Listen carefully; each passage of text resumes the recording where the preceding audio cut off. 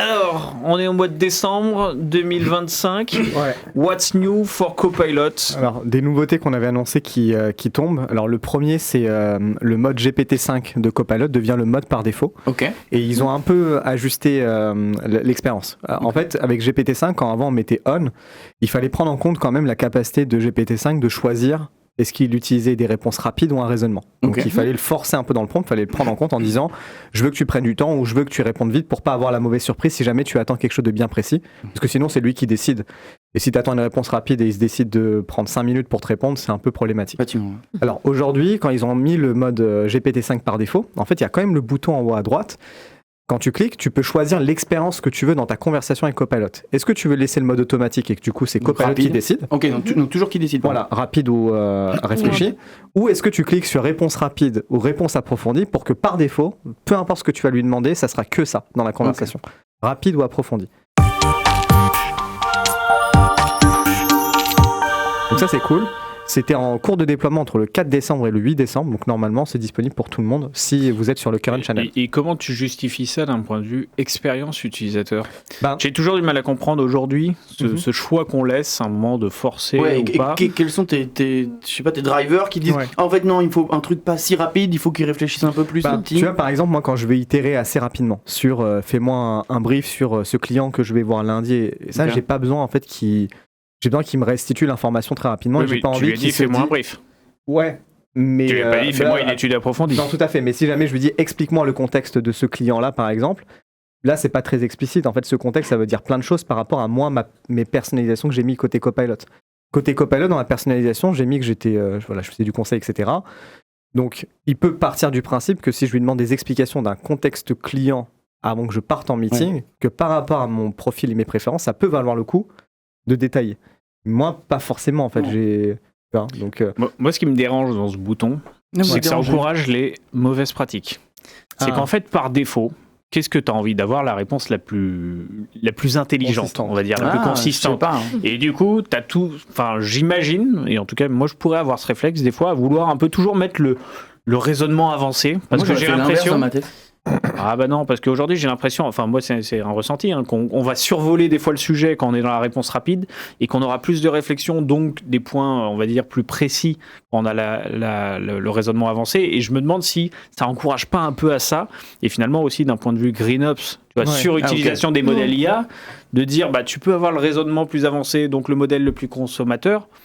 À partir du moment où tu le laisses ouvert, t'as plein d'usagers qui peuvent finalement par défaut le laisse. En plus, est-ce que quand tu le laisses, maintenant il est activé toujours ou à chaque prompt, à chaque nouvelle conversation, tu dois rechoisir. Donc il reste pas. Après, c'est un bon point. Honnêtement, ça va pas toutes les règles en termes de prompt, en fait, tout le monde les maîtrise pas encore. Et du coup, mon conseil, c'est quand même quand tu maîtrises pas, t'as pas mis ta personnalisation et tout correctement, c'est quand même d'aller sur des réponses plutôt rapides pour voir où il part. Parce que s'il fait un raisonnement approfondi, mais ta demande est un peu bancale, tu auras un raisonnement approfondi sur quelque chose de bancal et tu seras quand même déçu dans les deux cas en fait. Ça te garantit pas le raisonnement approfondi. Ça te garantit pas avoir une bonne réponse. Si ton entrée est mauvaise de toute façon. Mais moi je suis d'accord avec Kevin, c'est qu'on le voit même côté Copilot Studio, les débutants, ils forcent en GPT Reasoning. Moi, quand je jette des gens à progresser en Copilot Studio, je regarde le modèle qu'ils utilisent, je fais mais pourquoi t'as mis GPT Reasoning? Enfin, ils me disent en plus c'est long, c'est pas ce que je veux, c'est déceptif, il a mis 3 plombs pour me dire ça. Je fais GPT, en fait, tu lui as demandé. Oui, voilà, mais en fait, c'est vrai que c'est un sujet d'acculturation. Le deep reasoning, ça demande des prompts structurés et réfléchis. Sinon, il va partir dans un raisonnement long, seul et faire des choses que tu ne veux pas. C'est pour ça que moi, je dis aux gens, si tu sais pas, reste en auto, en fait. Reste en auto. Parce que GPT-5, j'ai aussi vu des gens mettre le chat GPT, on appelle GPT chat, la version rapide, et dire, comme ça, il me répond plus vite, mais du coup, c'est pas bien pour les questions complexes. Oui, tu lui as interdit de réfléchir. Donc, en fait, moi, à un débutant, je dis à un débutant, reste en auto, découvre ce qui se passe quand tu fais des prompts plus ou moins complexes, parce que nous on vient du début, ça a 18 mois tout ce qu'on parle, parce qu'il faut rappeler peut-être que l'IA moderne a 18 mois, Mais moi, au début, il fallait dire à l'agent, raisonne pour me répondre. Et c'est vrai que moi, je viens de cette vieille population, vieille de 18 mois. Comment t'es trop un ancien. Voilà, c'est ça. À qui j'ai appris à dire à l'agent, j'ai besoin que tu réfléchisses ou que tu raisonnes. C'est vrai que moi, j'ai encore ce réflexe. Mais les nouveaux qui débarquent, moi, je leur dirais, restez en auto, vous le verrez de vous-même quand il va raisonner et ce qui se passe, quoi. C'est exactement ça. En fait, la qualité, peu importe la qualité du modèle, en fait, ça va pas garantir par rapport à ta demande qui va être mauvaise. Et en fait, pour les débutants, il faut conscientiser ce qu'est le prompt, déjà, être conscient de ce que tu es en train de faire. Personnaliser, et ensuite, tu peux faire... Moi, par exemple, j'utilise rapide ou approfondi, ce que je sais, en fait, ce que j'attends de lui. Ouais. Tu vois. Mais non, donc c'est quand même mon pressentiment, c'est que ça peut encourager les mauvaises pratiques. Non, mais alors que tu vois, notre job, du coup. Alors que moi, je me vois, genre, comme je vois pas trop la diff encore, bah, je le laisserai en automatique et si je vois qu'il va pas assez loin, là, je lui demanderai est-ce que tu peux peut-être un peu plus réfléchir, creuser le truc et tout, et je ferai comme ça, mais parce que de base, je sais pas si ce que je veux, c'est une réponse rapide ou raisonnée en fonction de ce qu'il va me donner, quoi. Bah, en tout cas, ils ont laissé le mode, c'est pas juste on.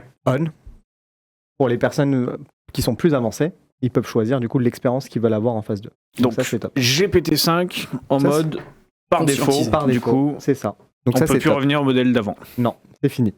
Du coup, deuxième nouveauté, c'est la mémoire côté Copilot qui a évolué un petit peu. En fait, en termes de personnalisation, Copilot proposait déjà deux choses. La personnalisation, en gros, un peu ce que toi tu aimes, tu lui expliques j'aime ce type de réponse et tout, et Copilot prend ça en compte. La mémoire, on pouvait lui dire souviens-toi que j'aime cette structure de compte rendu, et la prochaine fois que tu fais un prompt très simple, fais-moi le CR, il se souviendra que tu aimes cette structure-là. N'oublie pas que je suis assez rigoureux, j'aime bien que ça soit cadré. Voilà, surtout le mardi. Donc ça c'est la mémoire. Et ils ont rajouté maintenant la prise en compte de l'historique de tes conversations. Ça, c'est trop bien. La mémoire. Donc ChatGPT le faisait déjà depuis plusieurs mois. Maintenant c'est pris en compte. C'est une fonctionnalité frontière. Donc ça veut dire que les entreprises qui n'ont pas activé le programme frontière dans leur administration ne le verront pas encore. Donc c'est juste une bêta publique, on va dire, pour le moment. Ça fonctionne plutôt bien. Par contre, la contrepartie, c'est que ça va prendre en compte tout ton historique. Donc des choses qui n'ont pas trop d'intérêt par rapport à ton métier, parce que tu as demandé quelque chose... Genre comment faire un bœuf bourguignon par exemple. Par exemple. Peut-être j'ai demandé ça parce que j'avoue.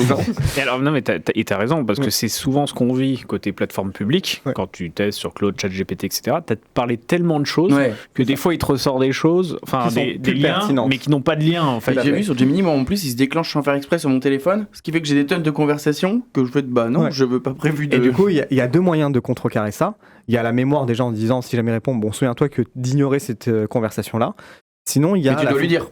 Tu peux lui dire, sinon tu as la fonctionnalité des conversations éphémères qui sont déjà là depuis quelques mois, mais du coup, tu peux démarrer une conversation, par exemple pour ta recette de bœuf bourguignon, tu sais que ça n'a pas d'impact avec le Power BI, derrière. Enfin, je pense pas, du coup. Après, on peut... Non, tu peux, voilà. En fait. Et du coup, tu peux, à côté du crayon, cliquer sur conversation éphémère, et elle sera pas historisée, ça n'a pas d'impact dans la mémoire. Ok, donc c'est du one-shot. C'est du d'analyse ad hoc. Est-ce que tu peux nous faire le lien Vas-y. Avec les annonces qu'on a eues récemment avec WorkIQ. On en a beaucoup parlé lors de l'épisode spécial Ignite, l'annonce de cette nouvelle couche de contexte. Est-ce que ça en fait partie ? Ça en fait partie parce que du coup dans WorkIQ, donc pour rappel, c'est tout ton contexte de travail dans l'écosystème Microsoft 365. Dans WorkIQ, tu as la personnalisation. Toi, qu'est-ce que tu veux que Copilot retienne de toi ? Ça, c'est le premier exemple par argument que tu as donné. C'est ça. Quand tu lui dis j'aime bien tel template. Voilà. Ça, c'est à la mémoire ensuite. Et tu as l'historique de conversation, et ensuite tu as tout ton graphe Microsoft 365, les interactions. Donc c'est bien une feature qui permet d'alimenter WorkIQ. Qui constitue le WorkIQ, tout à fait. Très clair. Tout à fait. Bien joué. Et donc le WorkIQ, on le réexplique parce que ça avait été annoncé, on a eu du IQ. Mais c'est pas si simple à comprendre. C'est pas si simple à comprendre, étant dans le milieu. Mais c'est bien ces ensembles de fonctionnalités. Qui c'est pas un produit en tant que tel, c'est une couche d'abstraction qu'on a en un espèce de middleware où globalement on a aujourd'hui de l'info contextuelle autour de toi, de tes demandes, donc c'est composé par le graphe, à savoir toutes les interactions que j'ai dans mon écosystème Office 365, par tes préférences que tu exprimes à ChatGPT, à Copilot, excusez-moi, petit lapsus, et maintenant du coup ton cache, ton historique. Et du coup Copilot est plus pertinent même dans ses suggestions, et aujourd'hui de plus en plus il te suggère même l'utilisation d'agents, parce qu'il pense que cet agent par rapport à ta demande, par rapport à ce que tu attends et toi tes préférences, il fera mieux le job que lui. Ok. Donc c'est plutôt cool. L'avant-dernière nouveauté, c'est les notebooks Donc les Notebook Copilot, c'est une fonctionnalité qui a été annoncée pendant le printemps. En gros, ça te permet de constituer tout un tas de connaissances issues de pages loop, de documents, de liens web, de bloc-notes, OneNote, etc. Et après, tu peux interroger par rapport à cette connaissance-là. Donc c'est tu crées une sorte de base de connaissances. Ouais, c'est un peu l'antichambre des agents parce que du coup, tu constitues quand même une base de connaissances. Mais l'idée, c'est que par exemple, moi, à un moment, je creusais la partie sécurité, etc. Bah, tu mets toutes tes veilles, tout à peu près, ouais. Et ensuite, tu interroges et tu converses là-dedans. Donc ça t'évite de créer un agent juste pour ça. Le problème des notebooks, c'était que c'était une fonctionnalité qui avait l'air d'être ultra collaborative, mais c'était privé, restreint pour toi. Donc pas si collaboratif. Alors tout laissait à croire que c'était quand même un truc assez sympa. C'est le principe du truc, on prend tous nos notes, derrière on fait ce notebook et on peut en parler. Alors, ce qu'ils ont fait, on avait eu l'info au MVP Summit en début d'année, c'est qu'ils ont regroupé l'expérience Copilot Notebook avec les bloc-notes OneNote. Ok. Alors, c'est intégré, mais pas vraiment intégré. Donc, c'est-à-dire, dans l'application OneNote, aujourd'hui, il y a 2 rubriques. Il y a les Copilot Notebooks qui sont en haut, et il y a les bloc-notes OneNote plus traditionnels qui sont en bas. Les deux ne se parlent pas. Mais c'est au même endroit. Et du coup, les bloc-notes, on peut enfin, les notebooks Copilot, on peut enfin les partager. On peut pas les drag and drop dans l'autre du dessus. Non. Mais par contre, tu peux récupérer des bloc-notes OneNote et les mettre à l'intérieur de ton notebook. Mais donc c'est toi qui fais le choix, un moment parmi toutes tes notes, de dire ça, c'est un moment quelque chose qui doit être une base de connaissances parce que je vais l'interroger.